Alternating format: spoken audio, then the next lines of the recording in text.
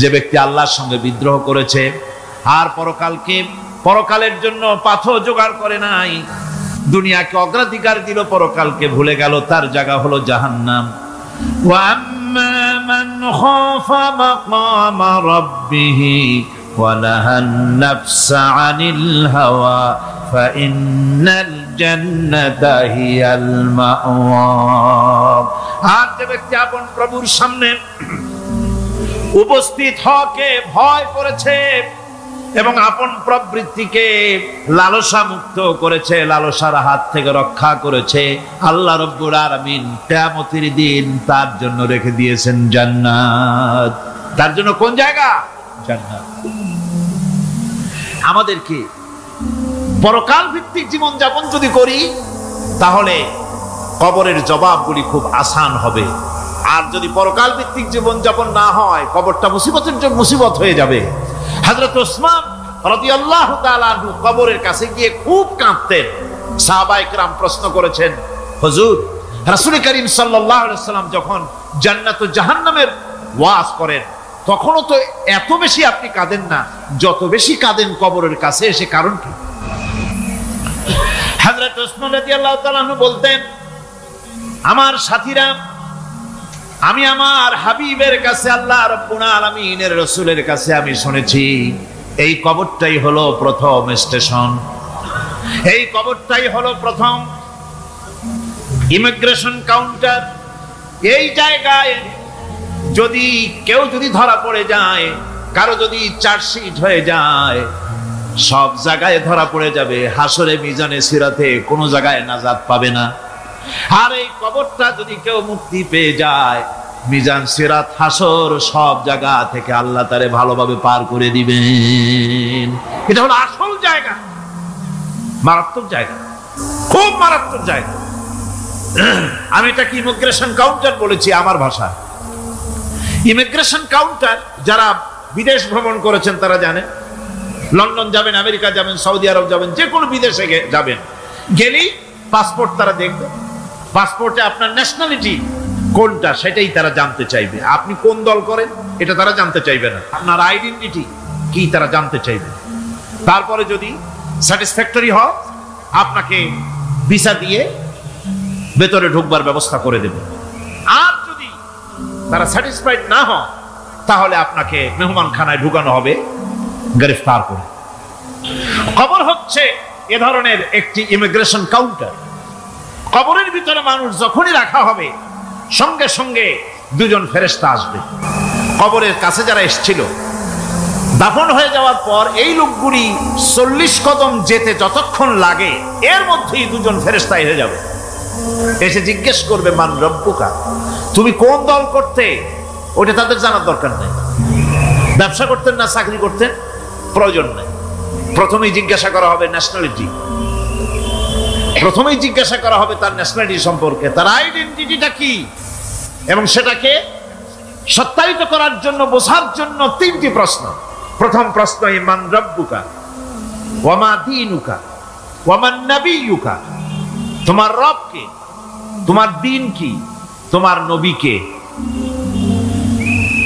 যদি এই ব্যক্তি বেঈমান হয়, মুনাফিক হয়, সে বলবে হায় হাতা লা আদরি, হায় হাতা লা আদরি, জানি না আমার রবকে, আমি জানি না। তোমার দিন কি, দিন কারে কয় বুঝি না। এরপরে আল্লাহর নবী জনাবে মুহাম্মদ রাসূলুল্লাহ সাল্লাল্লাহু আলাইহি ওয়াসাল্লাম কে দেখানো হবে, বলা হবে মা কুনতা তাকুলু ফি হাদার রাজুল, এই ব্যক্তি সম্পর্কে তোমার ধারণা কি নিকে, বলবে আমি চিনি না। নাউযুবিল্লাহ। বাস, এরপরে তার যা হবার তাই শুরু হয়ে যাবে। আর যদি বান্দাটা মুমিন হয়, প্রশ্ন করা হবে মান রব্বুকা, জবাব দেবে রব্বি আল্লাহ, আমার রব আল্লাহ রাব্বুল আলামিন। ওয়া মা দীনুকা, দীনুনা ইসলাম, আমার দিন হচ্ছে ইসলাম। এরপরে আল্লাহর নবীকে দেখানো হবে। কয়েক রকমের বর্ণনা আছে, কোন বর্ণনায় আছে হুজুরের আকারে দেখানো হবে, অথবা রাসূলকে সরাসরি দেখানো হবে। বলা হবে মা কুনতা তাকুলু ফি হাদার রাজুল, এই লোকটি সম্পর্কে ধারণা কি? মুমিন ব্যক্তি বলবে হাদা নবিয়ুনা মুহাম্মাদুর রাসূলুল্লাহ সাল্লাল্লাহু আলাইহি ওয়াসাল্লাম, ইনি আমার তো সেই নবী মুহাম্মাদুর রাসূলুল্লাহ সাল্লাল্লাহু আলাইহি ওয়াসাল্লাম। আমরা যেন এই রকমের জবাব দিতে পারি, আল্লাহ কবুল করো। সকলে জোরে কোন আমিন। জবাব হয়ে যাওয়ার পর গায়ব থেকে আওয়াজ আসবে, ফাফরিশু বিল জান্নাতি ওয়ালবিসু বিল জান্নাহ, ওয়া মা ফেরেশতারা আমার এই বান্দাকে জান্নাতের পোশাক পরায়া দাও আর কবরটাকে জান্নাতের বিছানা বিছায়া দাও। জান্নাতের পোশাক পরায়া দাও, জান্নাতের বিছানা বিছায়া দাও। ইলা মাদ্দা বাসারিহি, তার চোখের দৃষ্টি যতদূর যায় কবরটা ততটা প্রশস্ত করে দাও। এরপর বেহেশতের পোশাক পরাইয়া বেহেশতের বিছানা বিছায়া ফেরেশতা বলবে নূম কানাউমুল উরুস, ঘুমিয়ে যাও। দুলামিয়া যেমন বাসর সজ্জায় নতুন বউ নিয়ে আরামে ঘুমায়, এরকম আরামে ঘুমায় যাও। ইলা ইয়াউমিল কিয়ামা, কিয়ামত পর্যন্ত ঘুমায় আরামে ঘুমিয়ে থাকবে। এরপরে সিংগায় ফুৎকার হবে, সিংগার ফুৎকারের আওয়াজে তার ঘুম ভেঙে যাবে। বলবে ইয়া ওয়াইলানা মান বা'আসানা মিন মারকাদিনা, হায় আফসোস, আমার এত আরামের ঘুম থেকে কে আমাকে জাগ্রত করলো, আমার ঘুমটারে নষ্ট করলো কে? আওয়াজ আসবে হাদা মা ওয়াদার রহমান ওয়া সাদাকাল মুরসালুন, এটা হচ্ছে রহমানের সেই ওয়াদা আর মুরসালিনরা নবীরা সত্য কথাই বলেছিলেন, সেই কিয়ামত অনুষ্ঠিত হচ্ছে। আমার বন্ধুগণ, সেজন্য এই দুনিয়ার মোহে পড়ে থাকলে পরে দুনিয়ায় যারা অগ্রাধিকার দিবে দুনিয়াকে পরকালের তুলনায়, জবাব দিতে পারবে না কবরের ভিতরে গিয়া। আর যারা পরকালকে অগ্রাধিকার দিবে, দুনিয়ার চাইতে পরকালকে বেশি অগ্রাধিকার দেবে আর আল্লাহর ভয় কলিজার ভিতরে রাখবে, কবরের জবাব সঠিকভাবে দিতে পারবে, কিয়ামতের দিন আল্লাহ রাব্বুল আলামিন তাদের জন্য জান্নাত দান করবেন। জোরে বলেন আমিন।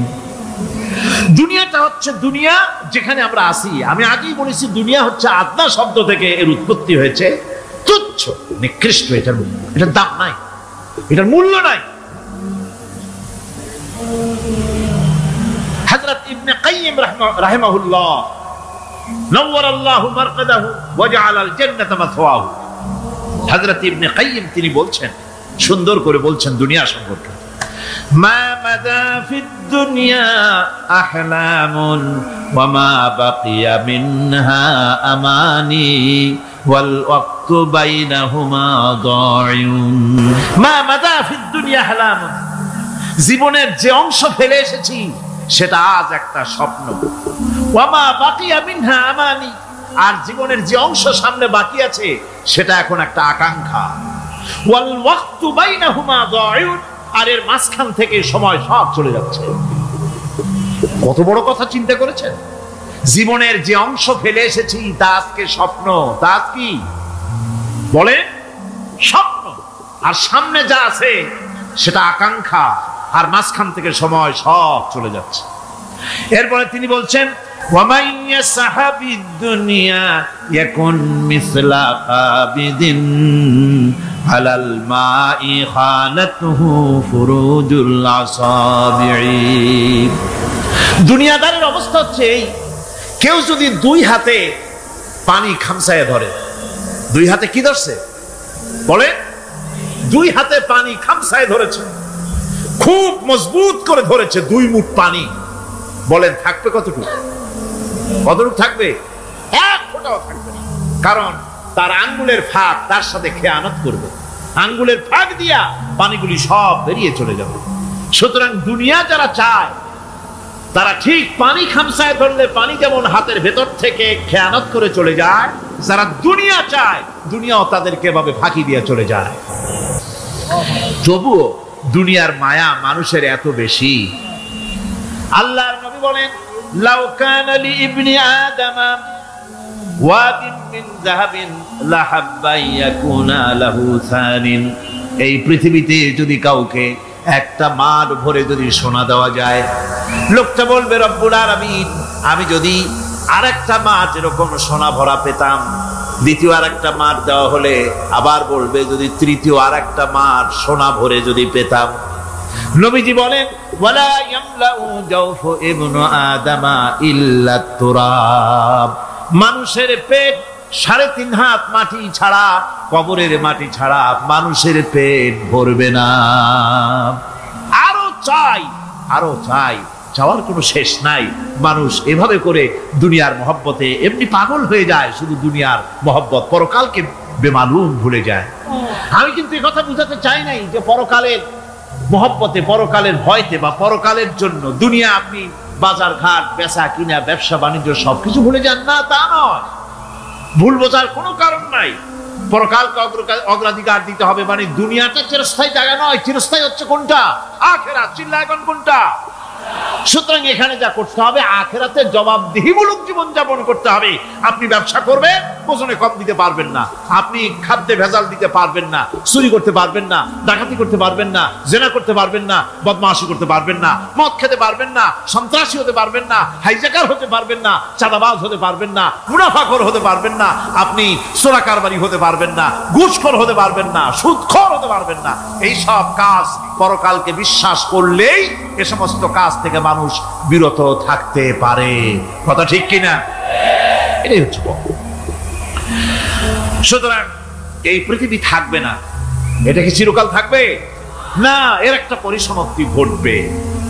যেমন করে সারা বছর লেখাপড়া করার পর কলেজে, বিশ্ববিদ্যালয়, মাদ্রাসায়, হাই স্কুলে, সব জায়গায় সারা বছর লেখাপড়া করার পর যেমন পরীক্ষা দেওয়ার একটা দিন আসে, সারা বছর ব্যবসা করার পর হিসাব নিকাশ করার যেমন একটা সময় আসে, সারা মাস চাকরি করার পর বেতন পাওয়ার যেমন একটা দিন আসে, সারা জীবন চাকরি করার পর পেনশন পাওয়ার যেমন একটা সময় আসে, অনুরূপ ভাবে এই দুনিয়া যেদিন শেষ হয়ে যাবে, আল্লাহ নির্ধারিত সময় শেষ হয়ে যাওয়ার পর একটা সময় আসবে যখন আল্লাহ রব্বুল আলামিন সব শেষ করে দিবেন, লন্ড ভন্ড হয়ে যাবে, কিছুই থাকবে না।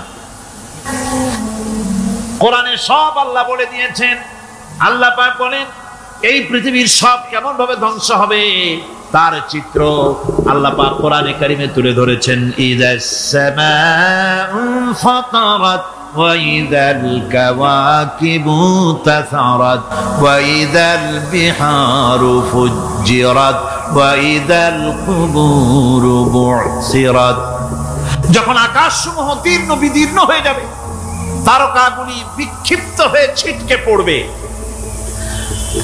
আর সমুদ্রগুলি উচ্ছ্বসিত হয়ে পড়বে, কবরগুলি সব তার ভেতরে যা আছে উদ্গীরণ করে দেবে, তারকাগুলি স্থিমিত হয়ে যাবে। এরপরে সমস্ত আকাশগুলি কাতাইয়িস সিজিল্লিল কুতুব, কিতাবের পৃষ্ঠার মতো একটার পরে একটা ঠাস ঠাস করে পড়তে থাকবে, চূর্ণ বিচূর্ণ হয়ে ভেঙে চুরে একাকার হয়ে যাবে। পাহাড়গুলিকে উড়িয়ে দেওয়া হবে, চন্দ্র এবং সূর্য একাকার হয়ে যাবে। আল্লাহ রাব্বুল আলামিন বলেন ফাইদা বারিকাল বাসার ওয়া খাসাফাল কমার ওয়া জুমিআশ শামসু ওয়াল কমার। চক্ষু যখন বিস্ফারিত হয়ে যাবে, চাঁদ যখন তার আলো হারিয়ে ফেলবে, সূর্য যখন তার আলো হারিয়ে ফেলবে, চাঁদ আর সূর্য সব একাকার হয়ে যাবে, সেই সময়ের অবস্থাটা কি চিন্তা করো। মানুষ হয়রান হয়ে দৌড়াদৌড়ি করবে। ওয়াহুমিলাতিল আরদু ওয়াল জিবালু ফাদুক্কাতা দাক্কাতান ওয়াহিদা। জমিন এবং পাহাড়গুলির মধ্যে আল্লাহ রাব্বুল আলামিন সংঘর্ষ বাঁধিয়ে দিবেন, পাহাড়গুলি ভেঙে চুরে টুকরা টুকরা হয়ে যাবে, পাহাড়গুলি উঁচু করে জমিনের উপরে আছাড় মেরে আল্লাহ রাব্বুল আলামিন ভেঙে চুরে চুরমার করে দিবেন। সুবহানাল্লাহ। ওয়া তাকুনুল জিবালু কালইহনিল মানফুশ, পাহাড়গুলো পেঁজা ধোনা তুলার মতো করে উড়িয়ে দেওয়া হবে। কোরআনে কারীম বলছে قل يا عبادي الذين أسرفوا على أنفسهم لا تقنطوا من رحمة الله। হে আমার ওই সব বান্দাগণ যারা নাকি পাপাচার করে অশ্লীলতার মধ্যে নিমজ্জিত হয়ে নিজেদের জীবনকে নষ্ট করেছে, তোমার অনাচার যত কঠিন হোক, যত বেশি হোক, আমার রহমত থেকে নিরাশ হয় না। সুবহানাল্লাহ। আমার রহমত থেকে নিরাশ হয় না। যত বড় পাপ করে থাকো, আমার রহমত থেকে নিরাশ হয় না। ইন্নাল্লাহা ইয়াগফিরুয যুনুবা জামিআ ইন্নাহু হুয়াল গফুরুর রহিম। যদি তওবার মতো তওবা করতে পারো, যদি চোখের পানি দিয়া আল্লাহ পাককে রাজি করাইতে পারো, আল্লাহ পাক বলেন বান্দা যদি তওবা করে, খাঁটি যদি তওবা করে, জীবনে ওই সব গুনাহ যদি আর না করে, আল্লাহ পাক বলেন জিন্দেগীর সকল গুনাহ আমি রব্বুল আলামিন মাফ করে দেব। তিনি গফুর, তিনি রহিম, ক্ষমাশীল এবং দয়াবান। এত দয়া, যে দয়ার কোনো শেষ নাই। আল্লাহ পাকের দয়াকে, তার রহমতকে, তার করুণাকে তিনি 100 ভাগ করেছেন। এই 100 ভাগের 1 ভাগ গোটা পৃথিবীতে তিনি ছড়িয়ে দিয়েছেন। আর 99টা ভাগ কার কাছে? এবার চিন্তা করুন, 100 ভাগের 1 ভাগ দুনিয়ায় ছড়িয়ে দেওয়ার পর তার থেকে আমরা যতটুকুন ভাগে পেয়েছি, এর মহব্বত, স্ত্রীর প্রতি মহব্বত, মেয়ের প্রতি মহব্বত, ছেলের প্রতি মহব্বত, মায়ের প্রতি মহব্বত, পিতার প্রতি মহব্বত, বন্ধুর জন্য মহব্বতে আমরা জানও দিয়ে দিতে পারি। এমন আমাদের ভালোবাসা, এমন আমাদের মহব্বত, কথা ঠিক কিনা? 1টা ভাগ সারা পৃথিবীতে ছড়িয়ে দেওয়ার পর যেটুকুনো পেলাম, সেই ভালোবাসার তীব্রতা যদি এত বেশি হয়, আকর্ষণ যদি এত বেশি হয়, তাহলে এই 99টা মহব্বত, দয়া, রাহমানিয়াতের, দয়ার, রাহিমিয়াতের যে গুণগুলি আল্লাহ পাক নিজের কাছে রেখেছেন, সেই মাবুদের দয়া তার বান্দার প্রতি কত বেশি। কি বিরাট মহব্বত! রাসূল করিম সাল্লাল্লাহু আলাইহি ওয়াসাল্লাম বলেছেন, সাহাবীরা, একটি লোক উটের পৃষ্ঠে চড়ে কোথাও যাচ্ছিল, প্রতিমধ্যে বিশ্রাম করল।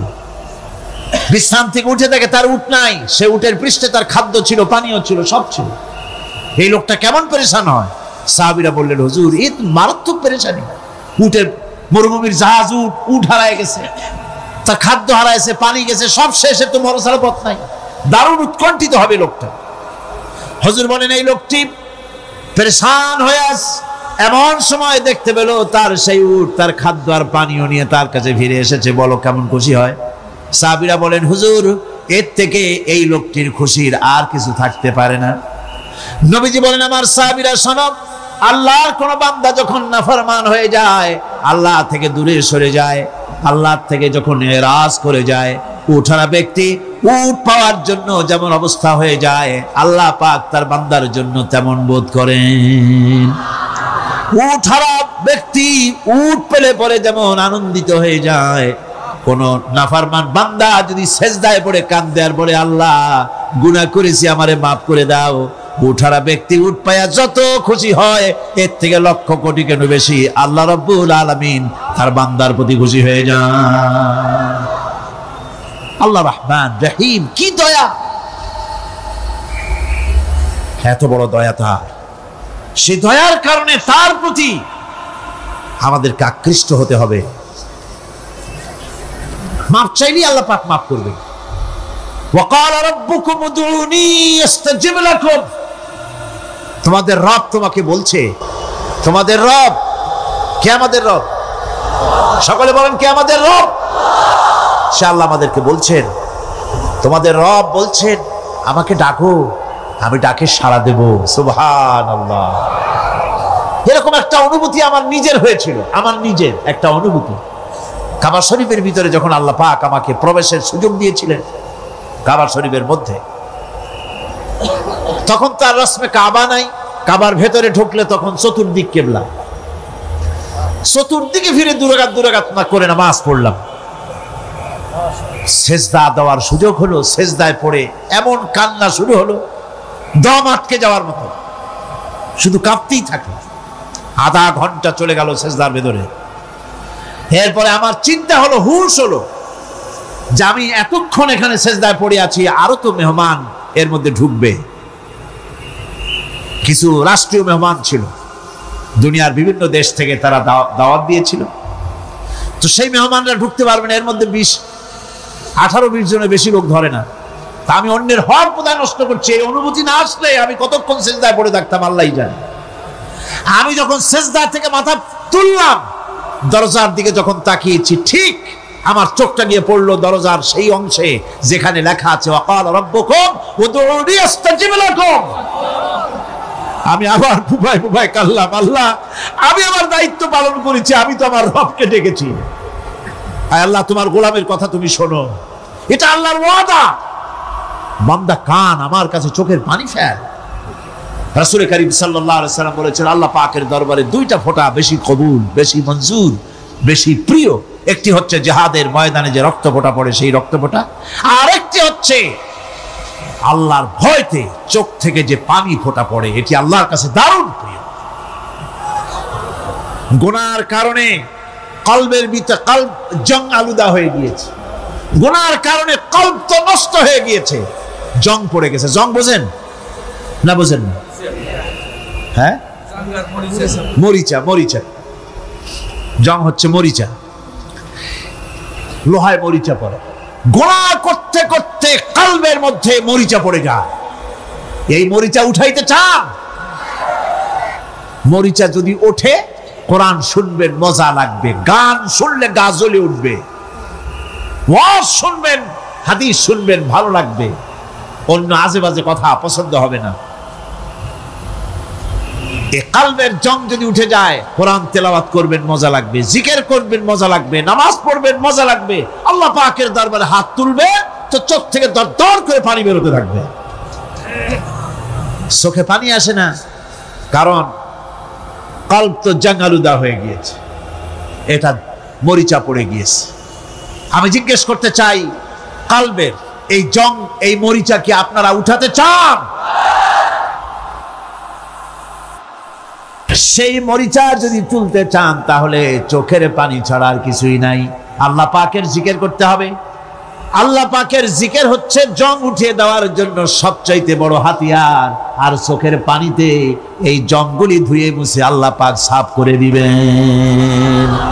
কাঁদতে শিখুন, আল্লাহ পাকের দরবারে চোখের পানি ফেলতে চেষ্টা করুন। কিয়ামতের দিন আল্লাহ পাক যদি রহিম না হন, বাঁচার কোনো উপায় নাই। বাঁচার উপায় আছে? উপায় নাই। আল্লাহ যদি হিসাবের জন্য ধরেন কিয়ামতের দিন কাউকে, হিসাবের জন্য যদি ধরেন, তাহলে জাহান্নাম ছাড়া পথ নাই। এই জন্যে আল্লাহুম্মা হাসিবনি হিসাবান ইয়াসীরা, এই দোয়া পড়তে হবে। আমরা যখন বললাম আর রহমানির রহিম, বলেন সবাই আর রহমানির রহিম। আবার প্রশ্ন হয়, বান্দা বুঝলাম, আরো কোনো কোয়ালিটি, আরো কোনো বৈশিষ্ট্য তার আছে নাকি? আমরা বলি মালিকি ইয়াউমিদ্দিন, তিনি হচ্ছেন বিচার দিনের মালিক, শেষ বিচারের মালিক তিনি। একদিকে এটাকে ব্যালেন্স করা হয়েছে, একদিকে অফুরন্ত রহমত, যার কোনো কুল নাই, কিনারা নাই। এখন আদল দরকার। এখন কি দরকার? আদল, ইনসাফ দরকার। আল্লাহ পাক একদিকে অফুরন্ত রহমত আর নিয়ামত দিয়ে পৃথিবীকে ছেড়ে রেখেছেন, অপর দিকে বলেছেন আমি হচ্ছি বিচার দিনের মালিক, সেদিন আমি বিচার করব। সেই বিচারের ভিতরে কোনো পক্ষপাতিত্ব থাকবে না, হবে না। সেখানে তিনি হবেন হাকামুল হাকিমিন, ওইটা হবে সুপ্রিম কোর্টের সুপ্রিম কোর্ট। সেই পরকালে, সেই কিয়ামতের মাঠে আপনাকে আমাকে সকলকে উপস্থিত হতে হবে, নাকি হবে না? সবাইকে উঠতে হবে। এই দিন শব্দটি কোরআনে কারিমে বহু জায়গায় বলা হয়েছে এবং বিভিন্ন অর্থে ব্যবহার করা হয়েছে। যেমন দিন শব্দের অর্থ প্রভাব, প্রতিপত্তি, আধিপত্য, ইতাআত, বন্দিগি, দাসত্ব, আনুগত্য, নীতি, পথ, পন্থা, হিসাব, ফয়সালা, প্রতিদান, প্রতিফল, এরকম অনেক অর্থ, অনেক অর্থে দিন শব্দ কোরআনে কারিমের মধ্যে ব্যবহৃত হয়েছে। কিন্তু এখানে মালিক ইয়াউমিদ্দিন, এই দিন এখানে ব্যবহার করা হয়েছে প্রতিফল অর্থে। প্রতিফলের দিন, যেদিন প্রতিফল দেওয়া হবে, তিনি হচ্ছেন সেই দিবসের অধিপতি, সেই দিবসের মালিক। সূরা ইনফিতারে আল্লাহ পাক বলছেন وما أدراك ما يوم الدين ثم ما أدراك ما يوم الدين বিচারের দিনটি কি তা তোমাকে কে জানালো? আবার জিজ্ঞেস করছি, তোমাকে কে জানালো বিচারের দিনটা কি? আল্লাহ পাক জবাবে বলছেন, বিচারের দিনটা হচ্ছে ইয়াউমা লা তামলিকু নাফসুন লিনাফসিন শাইআন ওয়াল আমরু ইয়াউমা ইযিন লিল্লাহ। বিচারের দিন হচ্ছে এমন দিন যেদিন কেউ নিজেকে রক্ষা করতে পারবে না, কারো থেকে কেউ নিজেকে রক্ষা করতে পারবে না, নিজেকে কেউ নিজের জন্য কাউকে সাহায্যকারী পাবে না। সমগ্র ব্যাপারটি নিরঙ্কুশভাবে আল্লাহ রাব্বুল আলামিনের হাতে থাকবে। সেই দিনটার নাম কিয়ামত, সেটার নাম পরকাল, সেটার নাম হচ্ছে বিচারের দিন। যেদিন কর্তৃত্ব হবে কেবলমাত্র কার? আল্লাহ পাক। সেই দিনটা হচ্ছে কর্মফল পাওয়ার দিন। লাহা মা কাসাবাত ওয়া আলাইহা মাকতাসাবাত। প্রত্যেক মানুষই সেই উপার্জন অনুসারে সেখানে ফল পাবে। যেমন কর্ম তেমন ফল পাবে, ব্যক্তি হিসাবে পাবে, দল হিসাবে পাবে। তিলকা উম্মাতুন ক্বাদ খালাত লাহা মা কাসাবাত ওয়া লাকুম মা কাসাবতুম ওয়া লা তুসআলুনা আম্মা ইয়ামালুন। প্রত্যেক মানুষই তার উপার্জন অনুসারী ফল পাবে। যা সে পাবে তা নিজের উপার্জন ছাড়া আর কিছুই না, আর যে ফল পাবে সেটাও তার উপার্জন। সুতরাং কিয়ামতের দিন আল্লাহ মানুষের উপরে কোনো জুলুম করবেন না, অত্যাচার করবেন না। আল্লাহ পাক তো তার বান্দার জন্য জুলুমকারী নন, ঠিক কিনা? আল্লাহ পাক বলছেন, মান আমিলা সালিহান ফালিনাফসিহি ওয়া মান আসাআ ফাআলাইহা ওয়া মা রাব্বুকা বিযাল্লামিন লিল আবিদ। যে ব্যক্তি পুণ্য কাজ করলো সে নিজের কাজে নিজের স্বার্থেই তা করলো। আমরা যে নামাজ পড়ি এটা কি আল্লাহর স্বার্থ? কথা কন, আল্লাহর স্বার্থ? সারা পৃথিবীর সমস্ত মানুষ যদি আল্লাহরে সেজদা দেয়, আল্লাহর ক্ষমতা আরো কিছু কালের জন্য বাড়বে নাকি? সমস্ত মানুষ যদি আল্লাহকে অস্বীকার করে, বিদ্রোহী ঘোষণা করে, বিদ্রোহ ঘোষণা করে, তাতে কি আল্লাহর ক্ষমতা শেষ হয়ে যাবে? নাউযুবিল্লাহি মিন যালিক। যেমন ছিলেন তেমনই থাকবেন। সুতরাং আমরা যা করি, আমরা নামাজ পড়ি নিজেদের জন্যে, আল্লাহকে খুশি করার জন্য, কিন্তু কল্যাণটা আমার। কল্যাণটা কার? আমার। রোজা, হজ, যাকাত, তেলাওয়াত যা করি সব আল্লাহকে খুশি করার জন্য, কিন্তু স্বার্থ পুরাটাই আমার, আমার কল্যাণের জন্যই আমি করি। এবং আল্লাহ হচ্ছেন তিনি তোমাদের রব। ওমা রাব্বুকা বিযাল্লামিন লিল আবিদ। তোমাদের রব হচ্ছেন তিনি যিনি বান্দাদের উপরে কখনো অত্যাচার করেন না, জুলুম করেন না, মেহেরবানি দিয়ে যিনি ছেয়ে রাখেন, তিনি হচ্ছেন আল্লাহ পাক। সুতরাং সেই কিয়ামতের মাঠে আল্লাহ পাকের দরবারে আমাদের সকলকেই উঠতে হবে। আল্লাহ পাকের দরবারে আমাদের সামনে, আল্লাহ পাকের সামনে দাঁড়াতে হবে। সেদিন আমাদেরকে কেউ বাঁচাতে পারবে না। সেদিন আল্লাহ পাক এর দরবারে যেন আমরা আসামি না হই, সেজন্য এই পৃথিবীতে কোরআন অনুযায়ী আমাদের জীবন গড়তে হবে, সুন্নাহ অনুযায়ী জীবন গড়তে হবে। তাহলে পরকালে আল্লাহ পাকের কাছে নাজাত পাওয়া যাবে। বড় কঠিন জায়গা, বড়ই কঠিন জায়গা। আপনি ইউরোপে যান, আমেরিকায় যান, যেখানেই যান না কেন, বিদেশে গেলে সেখানে বন্ধু বান্ধব আছে, ফরেন কারেন্সি সংগ্রহ করে যেতে হয়। আর যদি বন্ধু বান্ধব না থাকে তাহলে ফরেন কারেন্সি তো সংগ্রহ করে নিয়ে যাবেনি, সেটা দিয়ে আপনার উপকার হবে। কিন্তু এমন একটা দেশে আমরা যাব, আমাদের সকলকে যেতে হবে। ওই দেশটার নাম কি? পরকাল। ওটার নাম কি? পরকাল। ওই পরকালে আমরা যে উঠবো, সেখানে কোনো আত্মীয় স্বজন মিলবে না। আল ইয়াউমা লা ইয়ানফাউ মালু ওয়ালা বানুন। ধন, সন্তান, সন্ততি, সম্পদ কোনো কাজে লাগবে না কিয়ামতের মাঠে। সেদিন আমাদেরকে উঠতে হবে খালি হাতে। সেখানে উঠতে হবে, কোনো ফরেন কারেন্সি দিয়ে কাজ হবে না, বন্ধু বান্ধব মিলবে না, কারেন্সিও মিলবে না। এমন একটা কঠিন জায়গা যেখানে মাথার উপরে হবে প্রচন্ড সূর্যের কিরণ, পায়ের তলে হবে তামার মতো জমিন, সমস্ত মাঠ জুড়ে শুধু মানুষ চিল্লাবে, কাঁপতে থাকবে, চিল্লাইতে থাকবে, উলঙ্গ উলঙ্গিনী হয়ে কিয়ামতের মাঠে মানুষ আল্লাহর দরবারে উঠবে। হযরত আয়েশা সিদ্দিকা রাদিয়াল্লাহু তাআলা আনহা বলেছেন, হে রাসূল, তাহলে কি মানুষের শরম করবে না? হুজুর বললেন, শরমের অনুভূতিই তো থাকবে না, মানুষ সব আকাশের দিকে, ঊর্ধ্বের দিকে তাকিয়ে থাকবে, ভয়তে অস্থির হয়ে যাবে, কেউ কারো দিকে তাকাবার সময় পাবে না। এমন একটা বিভীষিকাময়, এমন একটা বিরাট জায়গায়, কঠিন জায়গায় আমাদের সকলকে উঠতে হবে। যাওয়ার আগে আল্লাহ পাক স্মরণ করিয়ে দিচ্ছেন, সূরা ফাতিহা প্রত্যেক নামাজে আমাদের স্মরণ করিয়ে দেয়, তিনি শুধু রহমান রহিমই নন, তিনি মালিক ইয়াউমিদ্দিন। তিনি কিয়ামতের দিন মানুষের বিচার করবেন। সে বিচারের মধ্যে পক্ষপাতিত্ব থাকবে না, সে বিচারটা বড় কঠিন হবে। কারো পয়সা যদি মারেন, কারো হক যদি নষ্ট করেন, তাহলে প্রতিটা পয়সার জন্য 70 রাকাত কবুল নামাজের সওয়াব দিতে হবে কিয়ামতের মাঠে। বাঁচা যাবে না সেদিন, উপায় হবে না। আল্লাহ পাক যার প্রতি রহম করবেন তিনি ছাড়া আর বাঁচার কোনো পথ থাকবে না। সেই জন্য ওই পরকালের মাঠে কিয়ামতের দিন আল্লাহ পাকের দরবারে আমরা যেন আল্লাহর খাঁটি বান্দা হয়ে উঠতে পারি, এই জীবন যাপনের তৌফিক আল্লাহ পাক যেন আমাদের দান করেন। আমরা সবাই বলি আমিন। যে ব্যক্তি আল্লাহর সঙ্গে বিদ্রোহ করেছে আর পরকালের জন্য পাথর জোগাড় করে নাই, দুনিয়াকে অগ্রাধিকার দিল, পরকালকে ভুলে গেল, তার জায়গা হলো জাহান্নাম। ওয়া আম্মা মান খাফা মাকামা রাব্বিহি ওয়া নাহান নাফসা আনিল হাওয়া ফাইন্নাল জান্নাতা হিয়াল মাওয়া।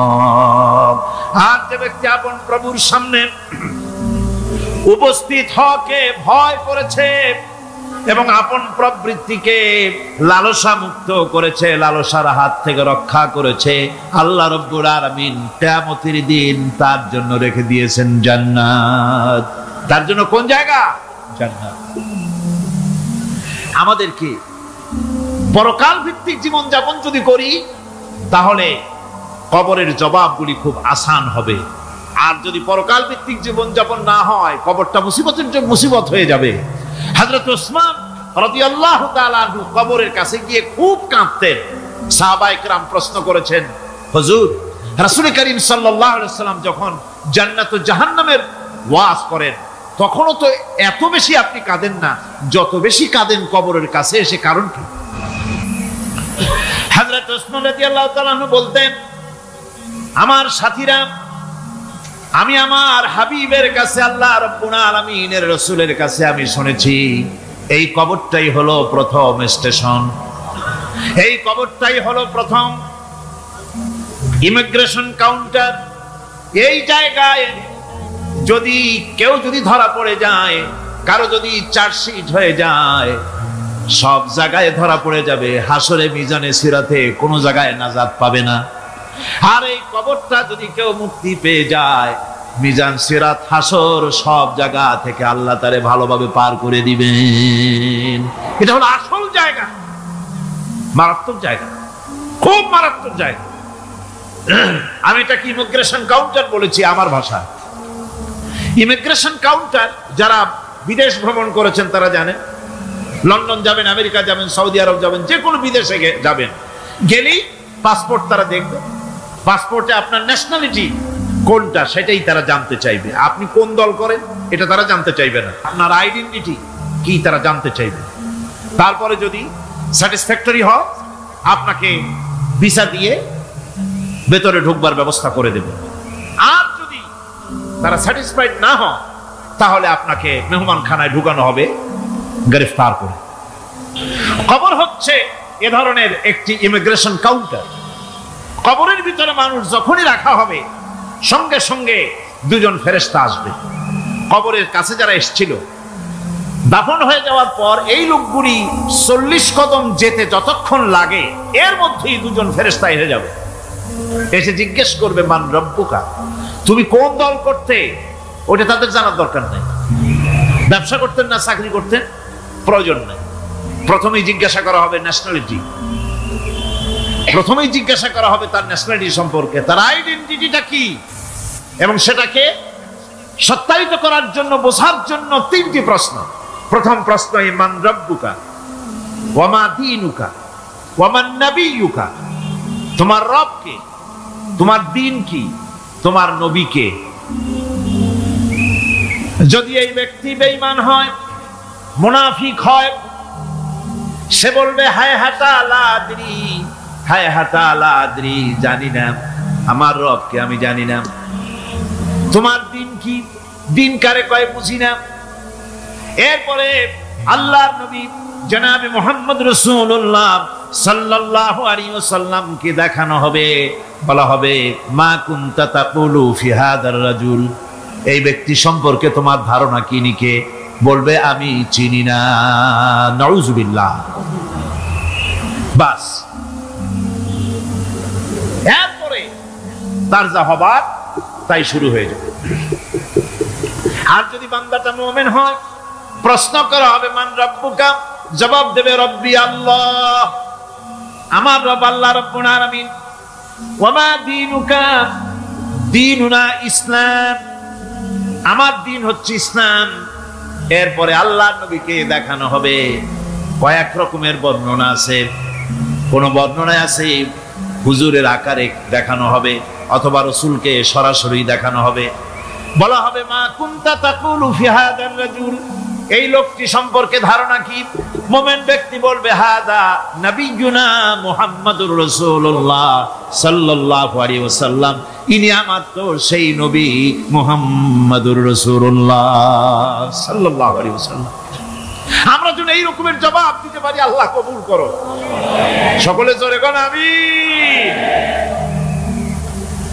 জবাব হয়ে যাওয়ার পর গায়ব থেকে আওয়াজ আসবে ফাফরিশু বিল জান্নাতি ওয়ালবিসু বিল জান্নাহ, ও আমার ফেরেশতারা আমার এই বান্দাকে জান্নাতের পোশাক পরায়া দাও আর কবরটাকে জান্নাতের বিছানা বিছায়া দাও। জান্নাতের পোশাক পরায়া দাও, জান্নাতের বিছানা বিছায়া দাও। ইলা মাদ্দা বাসারিহি, তার চোখের দৃষ্টি যতদূর যায় কবরটা ততটা প্রশস্ত করে দাও। এরপর বেহেশতের পোশাক পরাইয়া, বেহেশতের বিছানা বিছায়া ফেরেশতা বলবে নূম কানাউমুল উরুস, ঘুমিয়ে যাও। দুলামিয়া যেমন বাসর সজ্জায় নতুন বউ নিয়ে আরামে ঘুমায়, এরকম আরামে ঘুমায় যাও। ইলা ইয়াউমিল কিয়ামা, কিয়ামত পর্যন্ত ঘুমায় আরামে ঘুমিয়ে থাকবে। এরপরে সিংগায় ফুৎকার হবে, সিংগার ফুৎকারের আওয়াজে তার ঘুম ভেঙে যাবে। বলবে ইয়া ওয়াইলানা মান বা'আসানা মিন মারকাদিনা, হায় আফসোস, আমার এত আরামের ঘুম থেকে কে আমাকে জাগ্রত করলো, আমার ঘুমটারে নষ্ট করলো কে? আওয়াজ আসবে হাদা মা ওয়াদার রহমান ওয়া সাদাকাল মুরসালুন, এটা হচ্ছে রহমানের সেই ওয়াদা, আর মুরসালিনরা নবীরা সত্য কথাই বলেছিলেন, সেই কিয়ামত অনুষ্ঠিত হচ্ছে। আমার বন্ধুগণ, সেজন্য এই দুনিয়ার মোহে পড়ে থাকলে পরে দুনিয়ায় যারা অগ্রাধিকার দিবে দুনিয়াকে পরকালের তুলনায়, জবাব দিতে পারবে না কবরের ভিতরে গিয়া। আর যারা পরকালকে অগ্রাধিকার দিবে, দুনিয়ার চাইতে পরকালকে বেশি অগ্রাধিকার দেবে, আর আল্লাহর ভয় কলিজার ভিতরে রাখবে, কবরের জবাব সঠিকভাবে দিতে পারবে, কিয়ামতের দিন আল্লাহ রাব্বুল আলামিন তাদের জন্য জান্নাত দান করবেন। জোরে বলেন আমিন। দুনিয়াটা হচ্ছে দুনিয়া যেখানে আমরা আসি। আমি আগেই বলেছি দুনিয়া হচ্ছে আদনা শব্দ থেকে এর উৎপত্তি হয়েছে, তুচ্ছ নিকৃষ্ট, এটার দাম নাই, এটার মূল্য নাই। হযরত ইবনে কাইয়িম রাহিমাহুল্লাহ নওয়ারাল্লাহু মারকাদাহু ওয়া জাআলাল জান্নাতা মাথওয়াহু, হযরত ইবনে কাইয়িম তিনি বলছেন, সুন্দর করে বলছেন দুনিয়া সম্পর্কে, মা মাদা ফিদ দুনিয়া আহলামুন ওয়া মা বাকিয়া মিনহা আমানি ওয়াল ওয়াক্তু বাইনাহুমা দাইউন। মা মাদা ফিদ দুনিয়া আহলামুন, জীবনের যে অংশ ফেলে এসেছি সেটা আজ একটা স্বপ্ন। ওয়া মা বাকিয়া মিনহা আমানি, আর জীবনের যে অংশ সামনে বাকি আছে সেটা এখন একটা আকাঙ্ক্ষা। ওয়াল ওয়াক্তু বাইনাহুমা দাইউন, আর এর মাঝখান থেকে সময় সব চলে যাচ্ছে। কত বড় কথা চিন্তা করেছেন? জীবনের যে অংশ ফেলে এসেছি তা আজকে স্বপ্ন, তা কি বলে স্বপ্ন, আর সামনে যা আছে সেটা আকাঙ্ক্ষা, আর মাঝখান থেকে সময় সব চলে যাচ্ছে। এরপরে তিনি বলছেন ওয়ামান ইয়াসহাবিদ দুনিয়া ইয়াকুন মিসলা আবিদিন আলাল মাই খানাতুহু ফুরুজুল আসাবিঈ। দুনিয়াদারের অবস্থা হচ্ছে কেউ যদি দুই হাতে পানি খামসায় ধরে, দুই হাতে কি ধরছে বলে, দুই হাতে পানি খামসায় ধরেছে, খুব মজবুত করে ধরেছে, 2 মুঠ পানি, বলেন থাকবে কতটুকু? কতটুকু থাকবে? 1 ফোঁটাও থাকবে না। কারণ তার আঙ্গুলের ফাঁক তার সাথে খেয়ানত করবে, আঙ্গুলের ফাঁক দিয়া পানিগুলি সব বেরিয়ে চলে যাবে। সুতরাং দুনিয়া যারা চায় তারা ঠিক পানি খামসায় ধরলে পানি যেমন হাতের ভেতর থেকে খেয়ানত করে চলে যায়, যারা দুনিয়া চায় দুনিয়াও তাদেরকে এভাবে ফাঁকি দিয়ে চলে যায়। তবুও দুনিয়ার মায়া মানুষের এত বেশি। আল্লাহর নবী বলেন লাউ কানা লি ইবনি আদম ওয়াদিন মিন যাহাবিন লাহাব্বা ইয়াকুনা লাহু সানিন।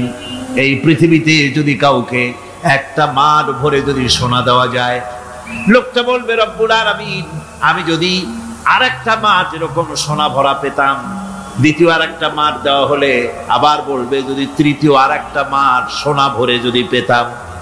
নবীজি বলেন ওয়ালা ইয়ামলাউ জাওফু ইবনু আদামা ইল্লা তুরাব। মানুষের পেট 3.5 হাত মাটি ছাড়া, কবরের মাটি ছাড়া মানুষের পেট ভরবে না। আরো চাই, আরো চাই, চাওয়ার কোনো শেষ নাই। মানুষ এভাবে করে দুনিয়ার মহব্বতে এমনি পাগল হয়ে যায়, শুধু দুনিয়ার মহব্বত, পরকালকে বেমালুম ভুলে যায়। আমি কিন্তু এই কথা বুঝাতে চাই নাই যে পরকালের মহব্বতে, পরকালের ভয়তে বা পরকালের জন্য দুনিয়া আপনি বাজার ঘাট, বেচা কিনা, ব্যবসা বাণিজ্য সবকিছু ভুলে যান, না তা নয়। ভুল বোঝার কোনো কারণ নাই। পরকালকে অগ্রাধিকার দিতে হবে, মানে দুনিয়াটা চিরস্থায়ী জায়গা নয়। চিরস্থায়ী হচ্ছে কোনটা? আখিরাত। চিল্লা এখন কোনটা? সুতরাং এখানে যা করতে হবে আখিরাতে জবাবদিহিমূলক জীবন যাপন করতে হবে। আপনি ব্যবসা করবেন, ওজনে কম দিতে পারবেন না, আপনি খাদ্যে ভেজাল দিতে পারবেন না, চুরি করতে পারবেন না, ডাকাতি করতে পারবেন না, জেনা করতে পারবেন না, বদমাশি করতে পারবেন না, মদ খেতে পারবেন না, সন্ত্রাসী হতে পারবেন না, হাইজ্যাকার হতে পারবেন না, চাঁদাবাজ হতে পারবেন না, মুনাফাখোর হতে পারবেন না, আপনি চোরা কারবারি হতে পারবেন না, ঘুষখোর হতে পারবেন না, সুদখোর হতে পারবেন না। এই সব কাজ পরকালকে বিশ্বাস করলেই এ সমস্ত কাজ থেকে মানুষ বিরত থাকতে পারে। কথা ঠিক কিনা? এটাই হচ্ছে। সুতরাং এই পৃথিবী থাকবে না, এটা কি চিরকাল থাকবে না? এর একটা পরিসমাপ্তি ঘটবে।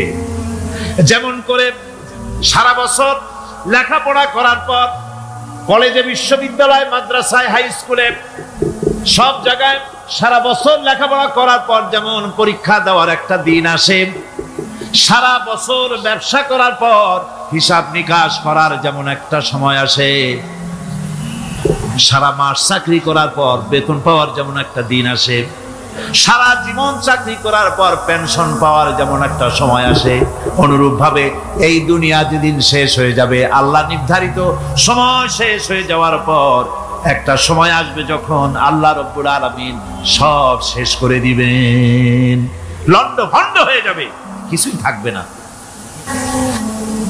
কোরআনে সব আল্লাহ বলে দিয়েছেন।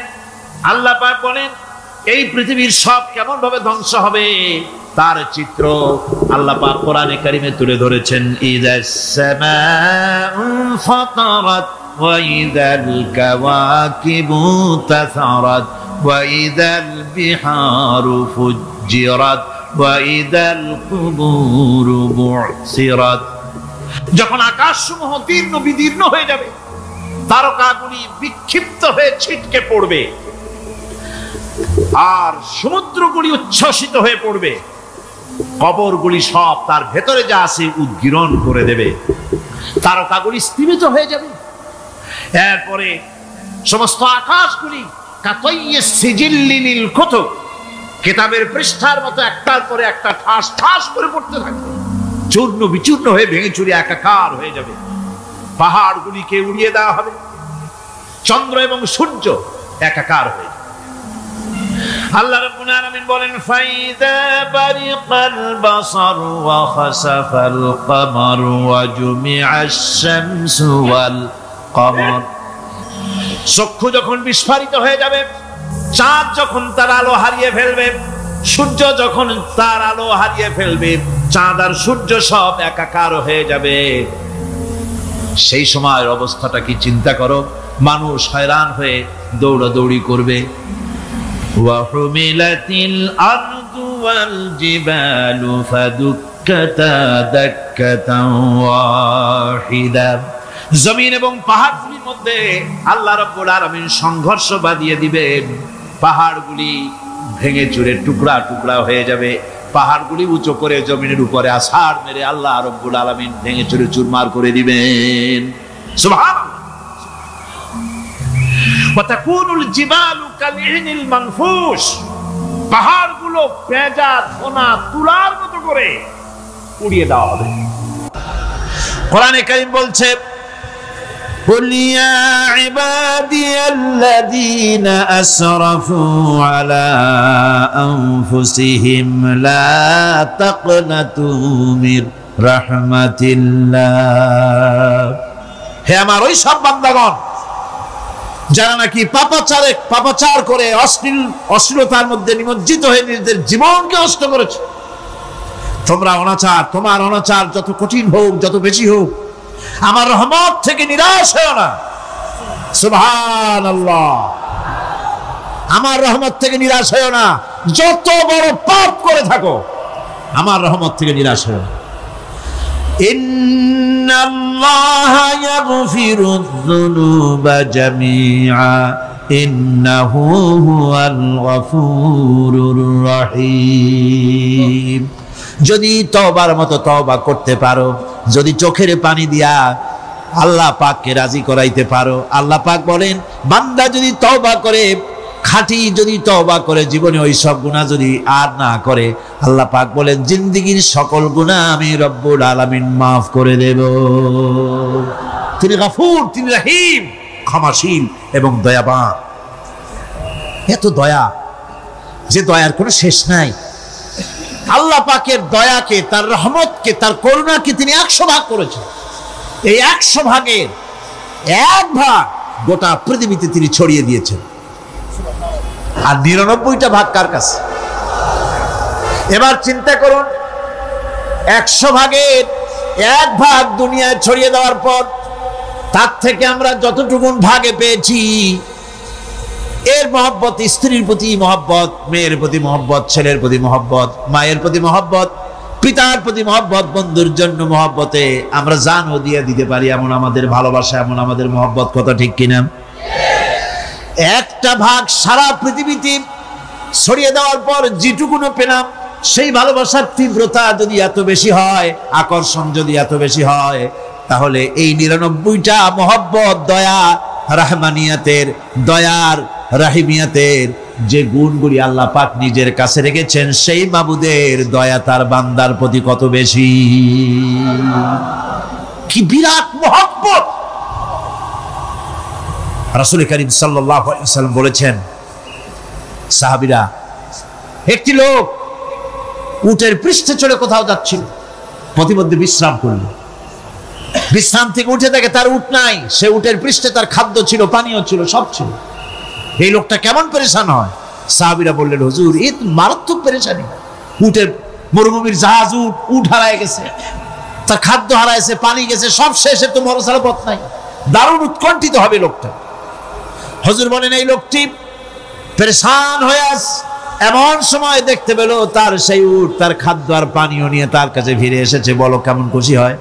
সাহাবীরা বলেন, হুজুর, এর থেকে এই লোকটির খুশির আর কিছু থাকতে পারে না।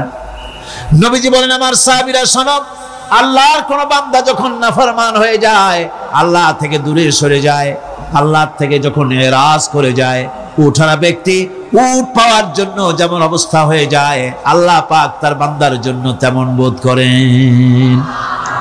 উঠারা ব্যক্তি উট পেলে পরে যেমন আনন্দিত হয়ে যায়, কোন নাফরমান বান্দা যদি সেজদায় পড়ে কাঁদে আর বলে, আল্লাহ গুনাহ করেছি, আমারে মাফ করে দাও, উঠারা ব্যক্তি উট পায়া যত খুশি হয়, এর থেকে লক্ষ কোটি কেন বেশি আল্লাহ রাব্বুল আলামিন তার বান্দার প্রতি খুশি হয়ে যান।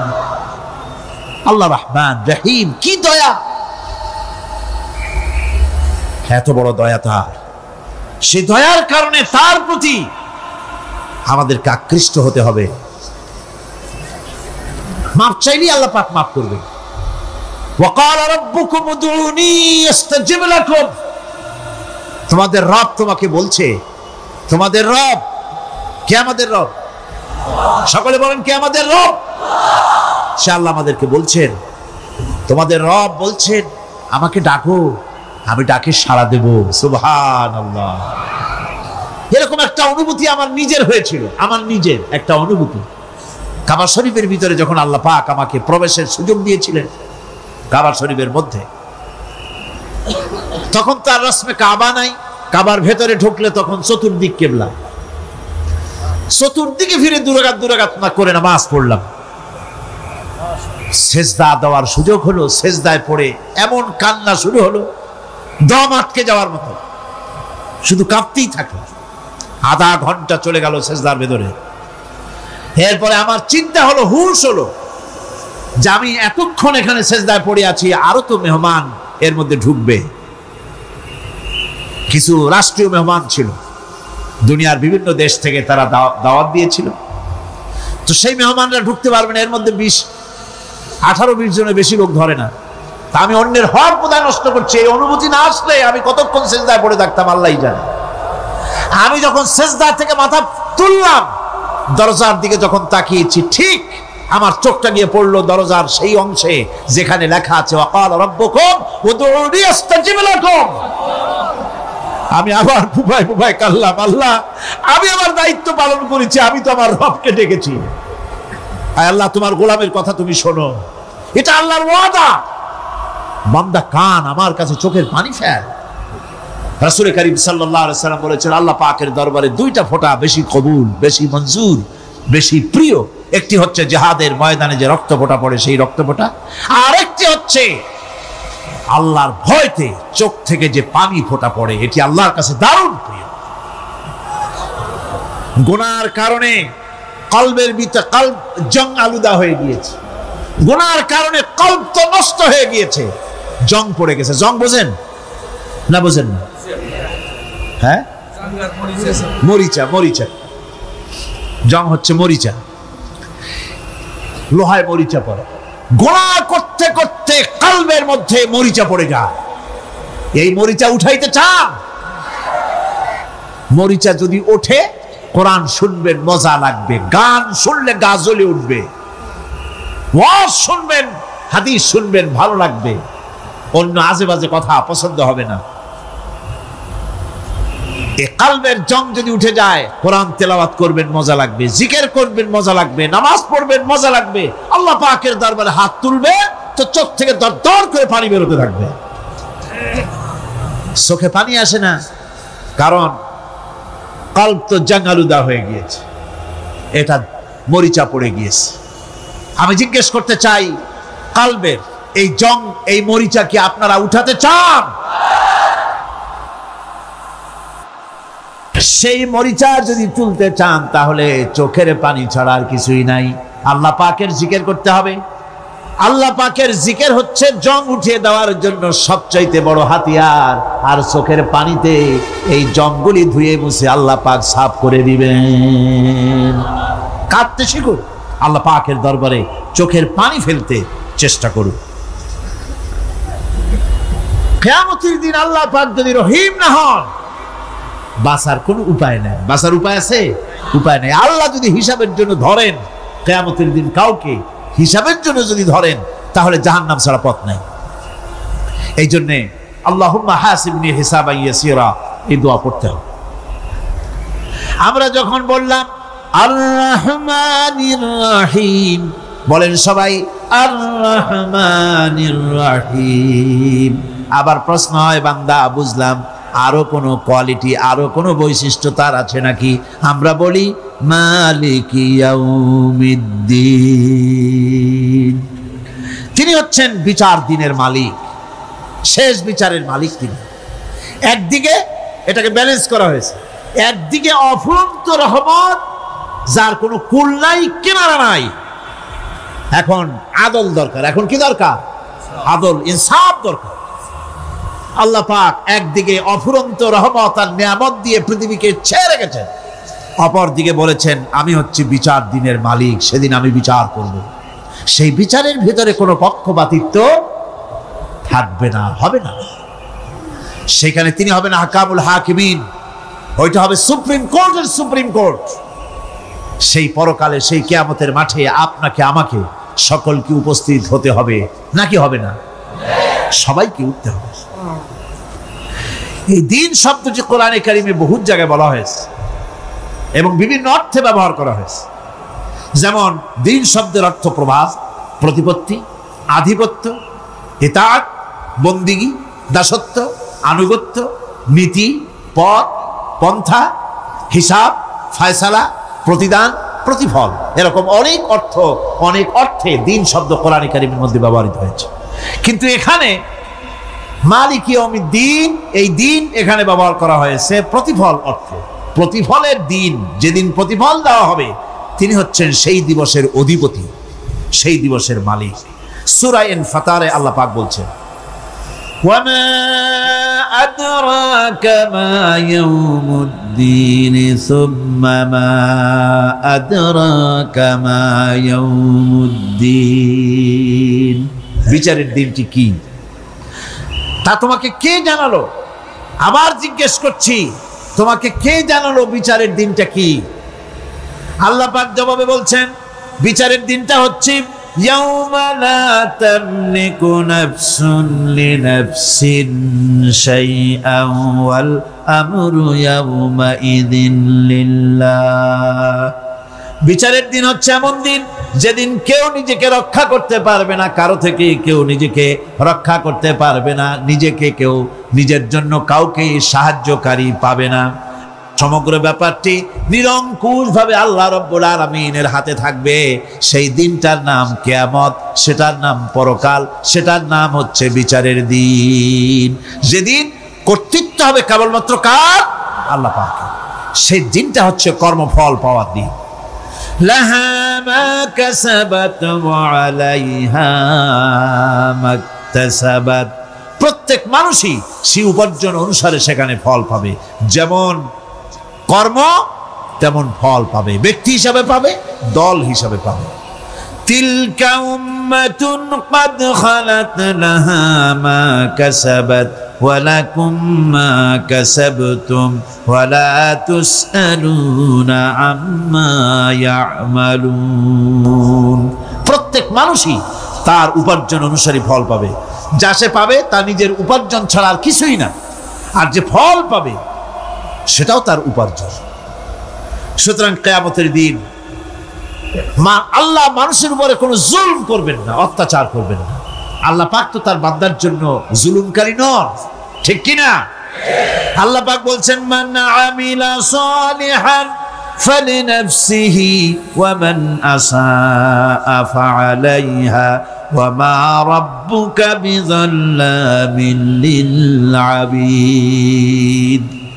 যে ব্যক্তি পুণ্য কাজ করলো সে নিজের কাজে, নিজের স্বার্থেই তা করলো। আমরা যে নামাজ পড়ি এটা কি আল্লাহর স্বার্থ? কথা কন, আল্লাহর স্বার্থ?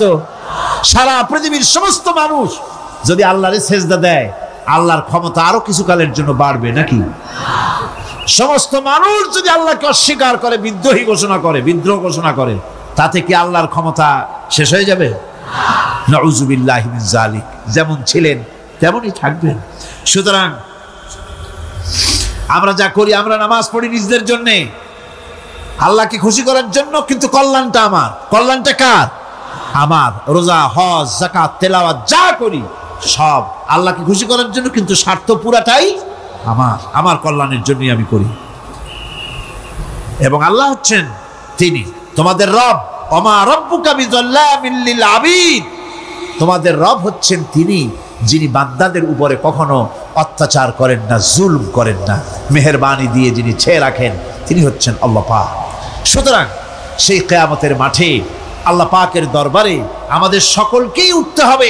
আল্লাহ পাকের দরবারে আমাদের সামনে, আল্লাহ পাকের সামনে দাঁড়াতে হবে।